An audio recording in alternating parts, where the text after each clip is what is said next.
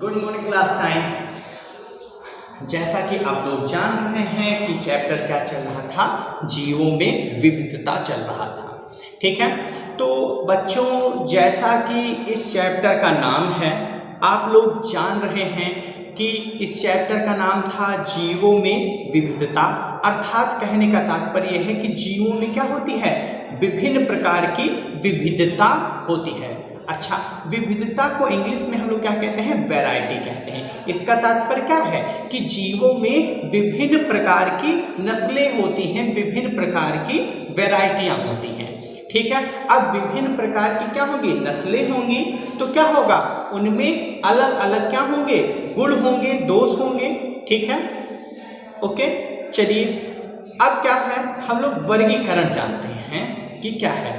तो बच्चों वर्गीकरण में क्या होता है, हम लोग पहले क्या करते हैं, जीवों को पहचानते हैं। ठीक है, हम लोग क्या करते हैं, जीवों को पहचानते हैं, फिर उनका सही वैज्ञानिक नाम देते हैं। ठीक है, क्या करेंगे, जीवों को पहचानेंगे, फिर उनका सही वैज्ञानिक नाम देंगे। किस आधार पे, उनमें हम लोग उनका अध्ययन करेंगे कि इनमें क्या क्या समानताएं हैं, क्या क्या असमानताएं हैं। तो इन सब के आधार पे हम क्या करेंगे, उनका अध्ययन करेंगे और उन्हें विभिन्न समूहों और वर्गों में क्या करेंगे, विभाजित करेंगे, वर्गीकृत करेंगे, जिसे हम लोग क्या कहते हैं, वर्गीकरण कहते हैं। अब हम लोग जानेंगे कि वर्गीकरण का आखिर महत्व क्या है, क्या जरूरत है वर्गीकरण करने की हमें ना।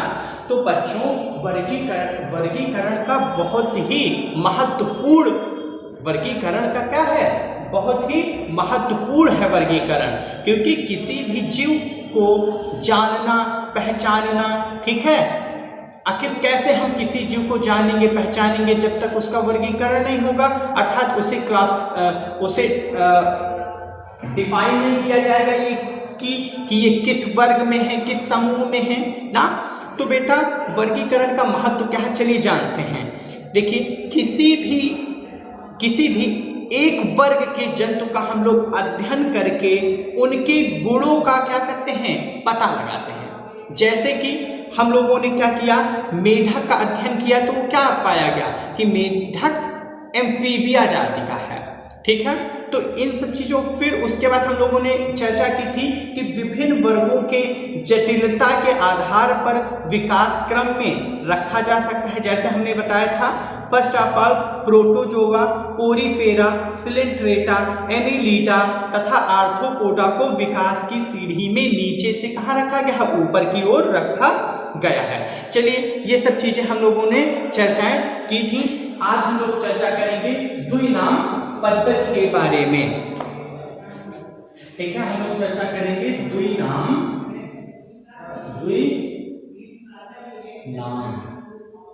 ठीक है, क्या चर्चा करेंगे, द्विनाम पद्धति के बारे में। द्विनाम पद्धति, ठीक है, ये है क्या, चलिए देखते हैं द्विनाम पद्धति। अब एक वैज्ञानिक थे, ठीक है, लीनियस, ठीक है, एक वैज्ञानिक थे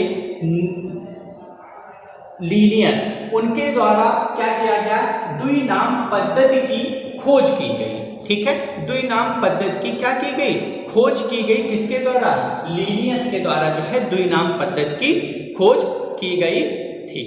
ठीक है, इसमें क्या करते हैं, जंतुओं का इसमें क्या होता है, नामकरण होता है। जो द्विनाम पद्धति है इसकी खोज किसने की, तो बच्चों लीनियस साहब ने इसकी खोज की। इसमें होता क्या है, इसमें जंतुओं के वैज्ञानिक नाम रखे जाते हैं।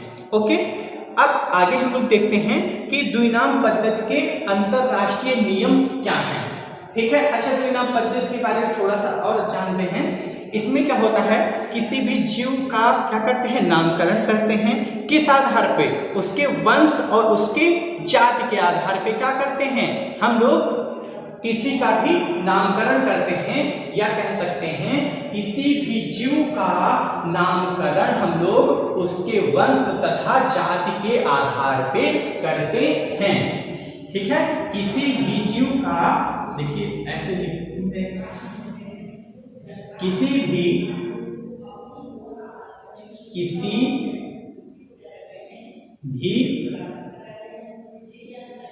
जीव का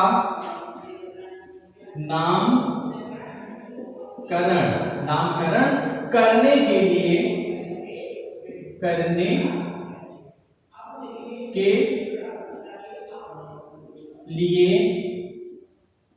हम लोग, ठीक है, हम लोग द्विनाम पद्धति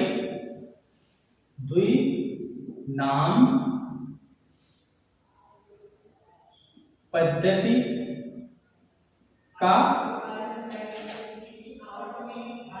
प्रयोग करते हैं। ठीक है, अब इसमें क्या करेंगे, द्विनाम पद्धति में हम लोग क्या करते हैं, किसी भी जीव का नामकरण करने के लिए हम लोग द्विनाम पद्धति का प्रयोग करते हैं, जिसकी खोज किसने की थी, लीनियस साहब ने की थी।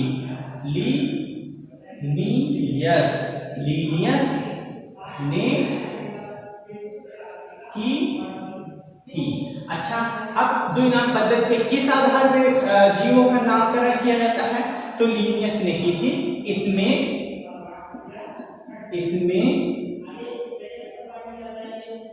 जीवों के वंश तथा जाति के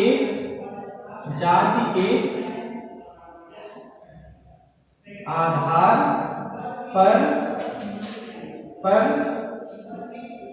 किसी जीव का नामकरण किया जाता है। नामकरण किया जाता है। ठीक है, तो बेटा द्विनाम पद्धति क्या है, किसी भी जीव का नामकरण करने के लिए हम लोग द्विनाम पद्धति का प्रयोग करते हैं। ठीक है, इसकी खोज जो है लीनियस ने की थी। ठीक है, इसमें जीवों के वंश तथा जाति के आधार पर किसी जीव का हम लोग क्या करते हैं, नामकरण करते हैं। ठीक है, अब आगे देखते हैं। अब हम लोग देखेंगे द्विनाम पद्धति के अंतरराष्ट्रीय नियम क्या हैं। ठीक है, इसके नियम भी होंगे, क्योंकि ये क्या है, अंतरराष्ट्रीय स्तर पे हम लोग किसी भी जीव का क्या करते हैं, नामकरण करते हैं। तो हम लोग किसी भी जीव का क्या करते हैं, अंतरराष्ट्रीय मानकों को ध्यान में रखते हुए हम लोग क्या करते हैं, उसका नामकरण करते हैं। तो देखते हैं, देखिए, जंतुओं के वैज्ञानिक नाम लिखने के लिए निम्नलिखित क्या है, विशेषताएं होनी चाहिए। ठीक है, सभी जंतुओं का नाम 2 शब्दों का होता है। ठीक है, क्या होगा इसमें, सर्वप्रथम जो पहली इसकी प्राथमिकता है, सभी जंतुओं का नाम 2 शब्दों का होता है, अर्थात वंश और जाति में डिफाइंड है ना। तो क्या है, सभी जंतुओं का नाम 2 शब्दों का होता है। ठीक है, ठीक, ऐसे लिखेंगे। नेक्स्ट पॉइंट, नाम का पहला शब्द वंश तथा दूसरा शब्द जाति को बताता है। पहला आपको बताएगा, ठीक है, जो इसके अंतरराष्ट्रीय नियम थे द्विनाम पद्धति के, तो बताएगा सभी जंतुओं का नाम 2 शब्दों से मिलकर बना होता है। तो सभी जंतुओं का नाम 2 शब्दों से मिलकर बना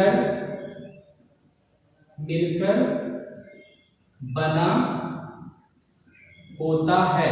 ठीक है, सभी जंतुओं का नाम जो है 2 शब्दों से मिलकर बना हुआ होता है। ठीक है, ये पहला रूल है अंतरराष्ट्रीय।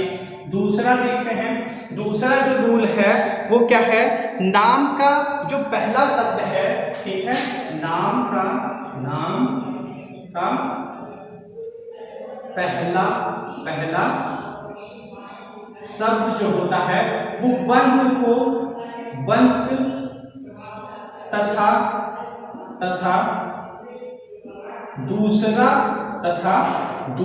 शब्द जो होता है, दूसरा शब्द वो जाति को क्या करता है, जाति को प्रदर्शित करता है, प्रदर्शित करता है। ठीक है। तो पहला हमने क्या जाना कि सभी जीवों का जो नाम है वो दो शब्दों से मिलकर बना हुआ होता है। दूसरा हमने जाना कि जो पहला नाम होता है वो वंश को तथा दूसरा नाम जाति को क्या करता है, डिनोट करता है। ठीक है, ठीक। अब फिर तीसरा पॉइंट जानते हैं क्या है। तो बच्चों तीसरा पॉइंट क्या है इसका कि सभी नाम जो हैं अंग्रेजी में होते हैं। तीसरा पॉइंट क्या है, तीसरा पॉइंट क्या है इसका, सभी नाम कैसे होते हैं, अंग्रेजी में होते हैं। ठीक है। चौथा, वंश के नाम का जो पहला अक्षर होता है वो कैसा होता है, बड़ा होता है। वंश का जो पहला अक्षर होता है वो कैपिटल लेटर में वो भी कैसा होता है, बड़ा होता है। तथा जाति का जो शुरुआती अक्षर है वो कैसा होना चाहिए, छोटा होना चाहिए। नेक्स्ट पॉइंट, जंतुओं का वैज्ञानिक नाम सदैव तिरछे अक्षरों में छापा जाता है।